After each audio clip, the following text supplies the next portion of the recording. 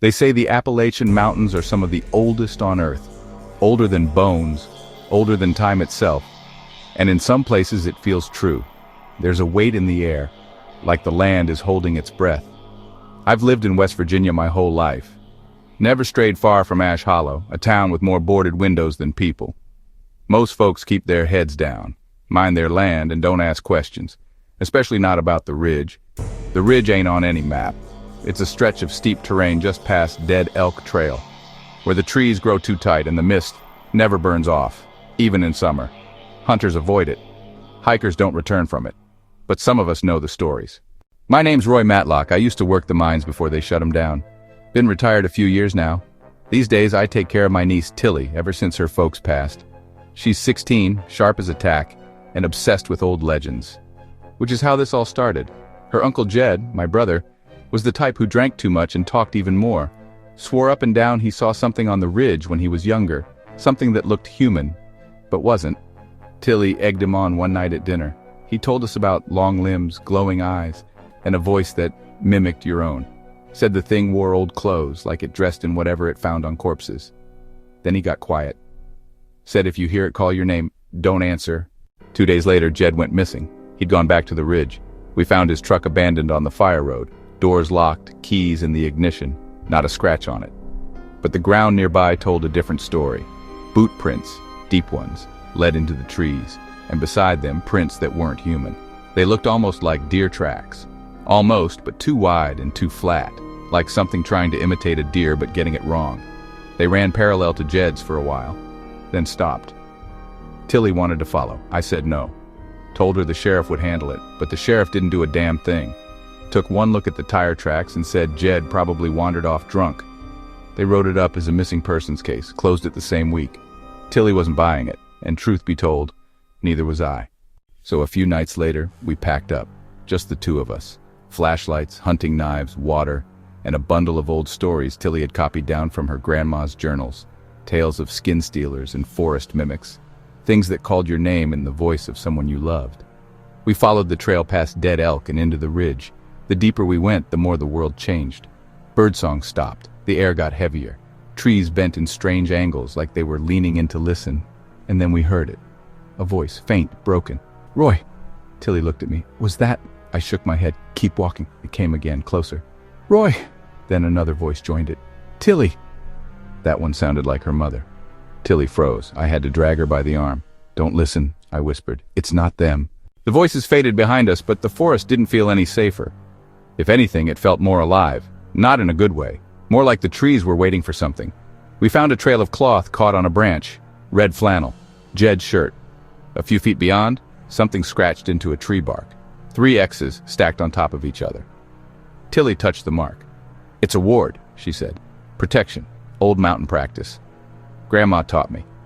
I didn't ask who he was trying to protect, himself or us. We followed that mark to a clearing. There, at the center, was a circle of rocks. Jed's backpack lay next to it, ripped open, contents scattered, no sign of blood. But Tilly pointed out something worse. On one of the nearby trees, bark peeled back in clean vertical strips, exposing pale wood beneath. And in that pale space, scratched deep and crude, was a shape I'll never forget. A stick figure. Head too large, arms too long, one hand raised like it was waving. "That's what he saw," I muttered. Tilly nodded slowly. "He left it for us." Then we heard the mimic again. "Roy! Tilly!" It was louder now, closer.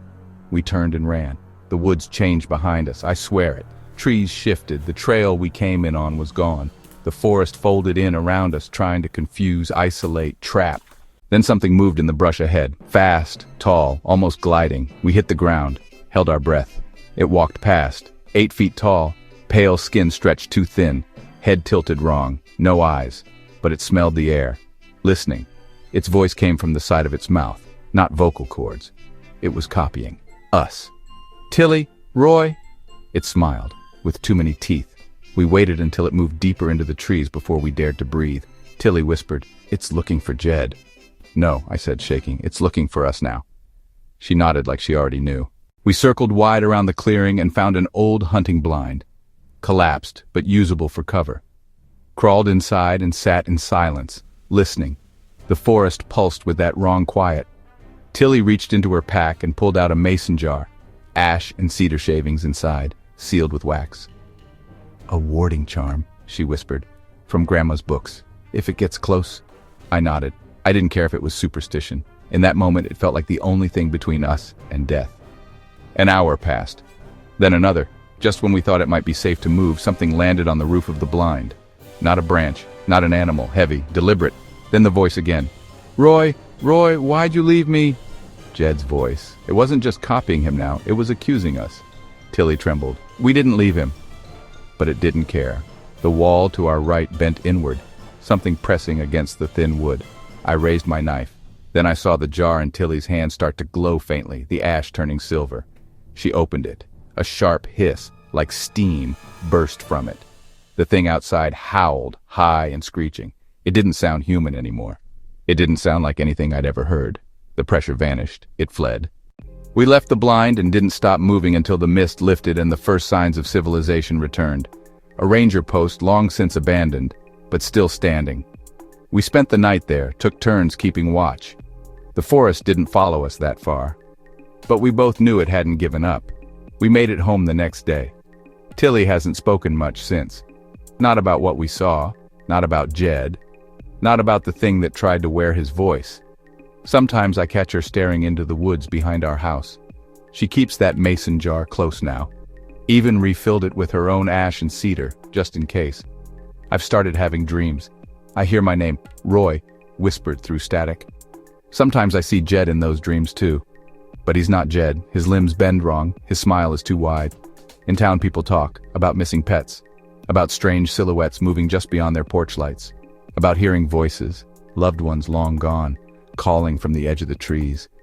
I've boarded up the back windows, the ones facing the ridge, and every night I light a fire, not for warmth, for warning, because the ridge didn't let us go.